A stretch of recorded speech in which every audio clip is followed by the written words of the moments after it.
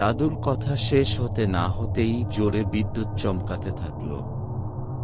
কোথা থেকে এলো জানি না, যেন প্রচণ্ড হাওয়া বাতাস আমাদের কাছে ঘুরতে থাকে। আষাঢ় মাসের মাঝামাঝি হতে চলল, তবু এবার খুব একটা বৃষ্টি হচ্ছে না। আমি আমাদের ছাদের ঘরে বসে বাইরে আকাশ দেখছিলাম। এমন সময় সিঁড়িতে দুপদাপ শব্দ শুনে পিছন ফিরে তাকালাম, দেখি পুহুল ঘরে ঢুকছে। সে হাজির হয়েই বলল, ঝটপট চল, অরণ্য দাদু এসেছেন। তোকে ডাকতে বলল আমায়। অরণ্য দাদু আসলে পটাইয়ের দাদু। পেশায় ছিলেন একজন ফরেস্ট রেঞ্জার। দীর্ঘ চাকরি জীবনে ঘুরেছেন অনেক জায়গায়। মাস চারেক পর পর আসেন পটাইদের বাড়ি, আর তখন আমাদের দারুণ দারুণ গল্প বলে শোনান। এর আগে যখন এসেছিলেন তখন সমুদ্রগড়ের এক জমিদার বাড়ির দারুণ এক ভৌতিক অভিজ্ঞতা আমাদের শুনিয়েছিলেন। পটাইদের বাড়ি পৌঁছতে না পৌঁছতেই বড় বড় ফোঁটায় বৃষ্টি নেমে গেল। বাড়ির সামনের বারান্দাটায় ইতিমধ্যেই বাকিরা এসে উপস্থিত হয়েছে। স্বজনে খুব খেতে ভালোবাসে এবং যথারীতি একটা চিপসের প্যাকেট থেকে চিপস বার করে খেতে লাগলো। একটা চেয়ার আছে যেটায় দাদু এসে বসবেন। আমি আর পুহুল দুজনে বসার সাথে সাথেই কফির কাপ হাতে নিয়ে অরণ্য দাদু এসে বসলেন। বসার পর আমাদের দিকে তাকিয়ে বললেন, তারপর খবর কি সবার? পড়াশোনা কেমন চলছে? ভালো চলছে দাদু। বাহ বাহ, বেশ। তারপর স্বজনে তুই কি নতুন কোনো খাবার খেলি, নাকি পুরনো গুলোই জাবর কাটছিস? স্বজনে চিপস চিবোতে চিবোতেই বলল, আমি কি গরু যে জাবর কাটব? পটাই এই সময় পিছন থেকে কিছু একটা বলে স্বজনেকে রাগিয়ে দেওয়ার তাল করছিল, কিন্তু আমরা ওকে মানা করলাম। অরণ্য দাদু কফির কাপে চুমুক দিয়ে বললেন, চলো তাহলে তোদের আজ একটা অন্য গল্প শোনাই। তখন আমার পোস্টিং ছিল সুন্দরবনে। চামটায় আমার অফিস। জানিস তো, আমাদের ভারতবর্ষের সুন্দরবনের মতো সুন্দর জিনিস আর একটাও নেই। আমি যে সময়ের কথা বলছি তখন সুন্দরবনে বাঘের উপদ্রব এখনের থেকে অনেক বেশি। আমার এলাকায় শুধু বাঘ নয়, তার সাথে চোরাশিকারীরাও ভীষণ জ্বালাচ্ছে। কিছুদিন আগেই এখানের একটা বেশ পরিচিত পুরনো বাঘের মৃতদেহ আমরা পেয়েছিলাম। চোরাশিকারীদের গুলিতে বাঘটা মারা যায়, কিন্তু গার্ডরা এসে যাওয়াতে ওরা দেহটা ফেলেই পালিয়ে গেছিল। তা একদিন অফিসে বসে বিকেলে কাজ করছি, এমন সময় একজন গার্ড এসে বলল, স্যার আপনার ফোন এসেছে। বড় সাহেব ফোন করেছেন। চামটা অঞ্চলের বড় কর্তা অসীম গাঙ্গুলি বেশ রাশভারী মানুষ। কাজে একটু গাফিলতি দেখলে ভীষণ খুঁতখুত করেন। আমি তড়িঘড়ি গিয়ে ফোন ধরলাম।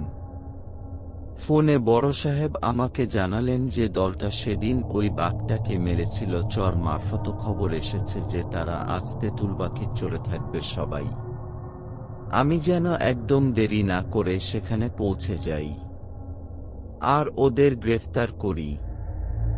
আমি জানিয়ে দিলাম যে একটু পরেই বেরোচ্ছি। দাদু এই পর্যন্ত বললেন এবং সঙ্গে সঙ্গেই একটা কান ফাটানো আওয়াজ করে বাজ পড়ল কাছেই কোথাও। আর পটাইদের CFL লাইটটা দপ করে নিভে গেল। লোডশেডিং। মেঘের জন্য অনেক তাড়াতাড়ি অন্ধকার নেমে এসেছে আজকে। কিছুক্ষণের মধ্যেই পটাই এর দিদি এসে একটা বড় বাটিতে করে মুড়ি মাখা আর একটা দেওয়ালগিরি রেখে গেলেন। দাদু চেয়ার থেকে নেমে এসে এক মুঠো মুড়ি মুখে দিয়ে আবার শুরু করলেন। তারপর ফোন পাওয়া মাত্রই তো আমি দুজন ফরেস্ট গার্ড সাথে নিয়ে বেরিয়ে পড়লাম। একটা খাল ধরে মিনিট খানেক চলার পরেই আমাদের লঞ্চ এসে কালিন্দী নদীতে পড়ল। এই সময় নদীতে বেশ জল থাকে, তাই আমাদের লঞ্চ জলের ঢেউয়ে বেশ দুলতে লাগলো। ততক্ষণে সন্ধে হয়ে গেছে, চাঁদের হালকা আলো এসে পড়েছে নদীর জল আর দুপাশের ঝোপঝাড়ের উপর। এরকম ভাবে প্রায় মিনিট 20 চলার পর একটা অপেক্ষাকৃত সরু খালে আমরা ঢুকলাম। এটাই কুমিরমারির খাল, তেঁতুলবাকির চরের শেষেই। এই তেঁতুলবাকির চরের খুব একটা সুখ্যাতি নেই। এখানে বাঘের উপদ্রব বেশ ভালোই। দিনের বেলা এদিক দিয়ে যাওয়ার সময় প্রায়ই দেখা যায় কোনো না কোনো দ্বীপে পথপথ করে উঠছে এই বাদা অঞ্চলের সবথেকে ভয়ানক নিশান, একটা লাঠির ডগায় আটকানো একটা ছেঁড়া শার্ট বা গেঞ্জির টুকরো। আমি জিজ্ঞেস করলাম, দাদু, এই চিহ্নটা কেন সবথেকে ভয়ানক? দাদু বললেন, আসলে কি জানিস তো, ওখানের মানুষদের জীবন খুব একটা সহজ নয়। এই নিশানটা একদিকে যেমন ভীষণ কষ্টের, সেরকম আবার সাবধানেরও। আসলে কি বলতো, যদি কোনো মানুষকে কোনো দ্বীপে বাঘে নিয়ে যায় বা মেরে ফেলে, তাহলে তার দলের সাথীরা তার একটা কাপড়ের টুকরো লাঠির ডগায় আটকে সেটাকে পুঁতে দেয়। তার মানে এখানে বাঘে মানুষ মেরেছিল। তা শোনো, তারপর সুন্দরবনের অনেক দ্বীপেই অনেক ভাঙাচোরা কুঠিবাড়ি আছে জানিস। বেশিরভাগই হ্যামিল্টন সাহেবের আমলে তৈরি। এই তেঁতুলবাকির চরেও একটা আছে।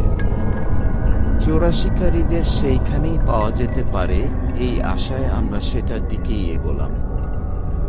চারিপাশে বুনো হেতাল, বরানের ঝোপ, তার ভেতরেই সন্ধ্যের অন্ধকারে একটা প্রাচীন জন্তুর মতো দাঁড়িয়ে আছে বাড়িটা। দরজা টরজার কোনো বালাই নেই। আমরা খুব সাবধানে যথাসম্ভব শব্দ না করে ভেতরে ঢুকলাম, কিন্তু বাড়িটা পুরো ফাঁকা। চোরা শিকারী কেন, কয়েকটা ইঁদুর, চামচিকে ছাড়া আর কিছু নেই। আমরা এটা দেখে বেশ একটু দমে গেলাম। তাহলে কি আমরা যে আসবো এটা ওরা আগের থেকে জেনে গেল? যাকগে, এতটা এসেছি যখন, অপেক্ষা করেই যাই। 3 জন মিলে একটা ঘরে বসলাম ধাক্কি মেরে। আমার সঙ্গে যে 2 জন গার্ড ছিল, তাদের একজনের নাম বিকাশ প্রামাণিক আর একজনের নাম ইসমাইল। বিকাশ আগে ছিল বাউলে, তার একমাত্র ছেলেকে বাঘে নিয়ে যায়। তারপর সে ফরেস্টের চাকরিতে যোগ দেয়।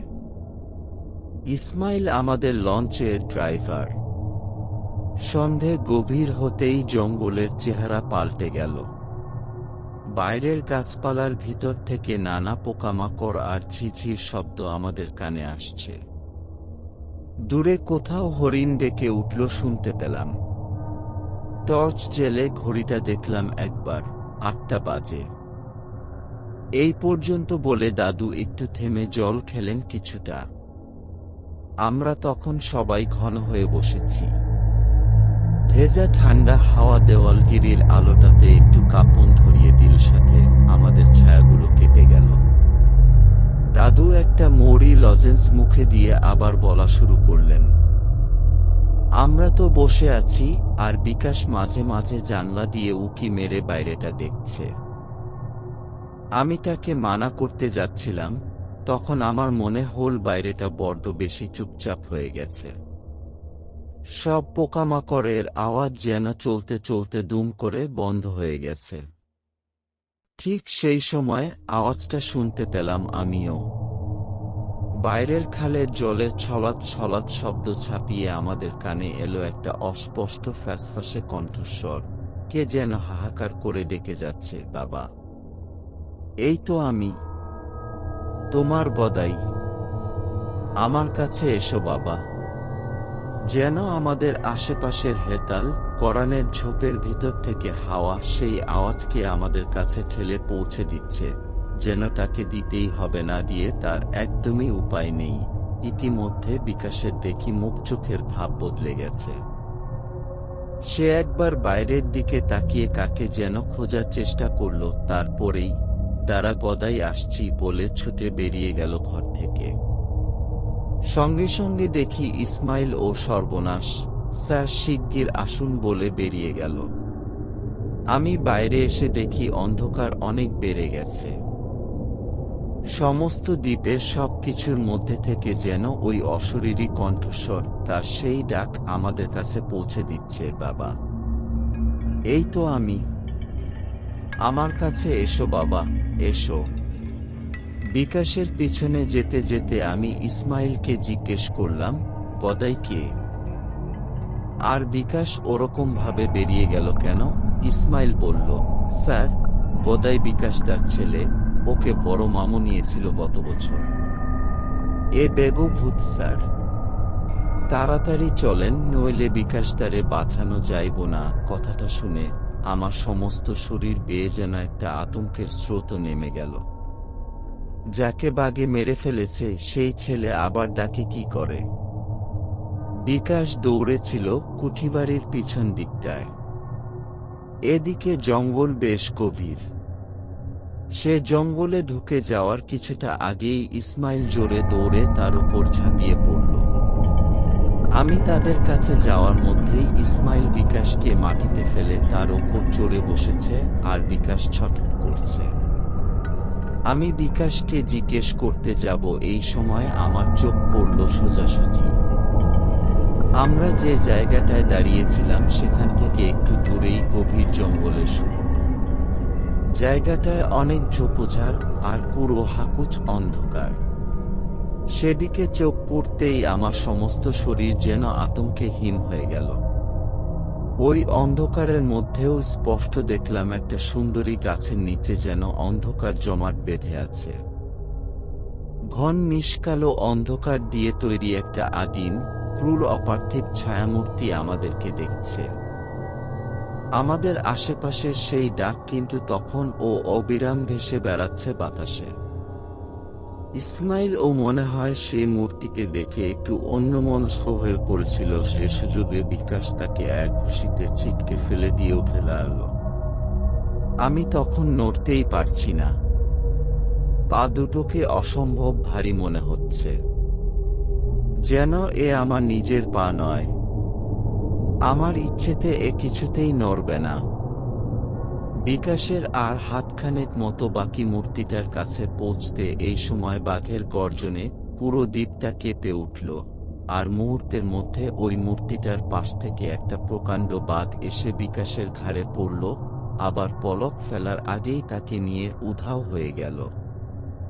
আর আমার ও চোখের সামনে সব ঝাপসা হয়ে এল। আমরা সবাই তখন ওর গায়ে ঘেঁষে বসেছি পুরো।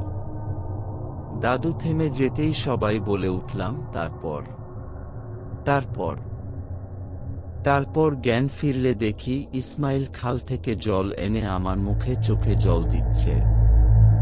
ওর হাত ধরে উঠে বসলাম। মাথাটা ঝিমঝিম করছিল। মূর্তিটা যেখানে ছিল সেদিকে তাকিয়ে দেখি কিছু নেই, ফাঁকা, আর ঝিঝি ও পোকামাকড়ের ডাক আবার শোনা যাচ্ছে। আমরা বিকাশের দেহটা অনেক খুঁজলাম কিন্তু পেলাম না কিছু আর। তারপর ফিরে এলাম। এই পর্যন্ত বলে দাদু চুপ করলেন। বৃষ্টি পড়লেও তার তোড় সেরকম বেশি নয় এখন। হালকা বিদ্যুতের আলোয় এক ঝলক পটাইদের রঙ্গন ফুলের গাছটা দেখতে পেলাম। পটাই জিজ্ঞেস করল, দাদু বাঘটা ওখানে ছিল যে তোমরা টের পাওনি? দাদু একটু হাসলেন, বললেন, তোদের বলেছিলাম তো কিছুদিন আগে আমার এলাকায় একটা বাঘের মৃতদেহ পাওয়া গেছিল। আমরা বললাম, হ্যাঁ হ্যাঁ বললে তো। সেই বাঘটার মৃতদেহ আমি দেখেছিলাম। বাঘটার লেজ ছিল না। হয়তো কোনো লড়াইতে বা চোরা শিকারীরাই হয়তো কেটে নিয়েছিল। তারপর একটু চুপ করে থেকে বললেন, যে বাঘটা বিকাশকে সেদিন তুলে নিয়ে গেল সেই বাঘটারও লেজ ছিল না। দাদুর কথা শেষ হতে না হতেই আবার জোরে বিদ্যুৎ চমকে উঠল, আর কোথা থেকে জানি দমকা একটা হাওয়া এসে নিভিয়ে দিয়ে গেল দেওয়ালগিরিটা। ভিডিওটি ভালো লাগলে একটি লাইক আর চ্যানেলটিকে সাবস্ক্রাইব করে দিন। এরকম ভিডিও পাওয়ার জন্য ধন্যবাদ।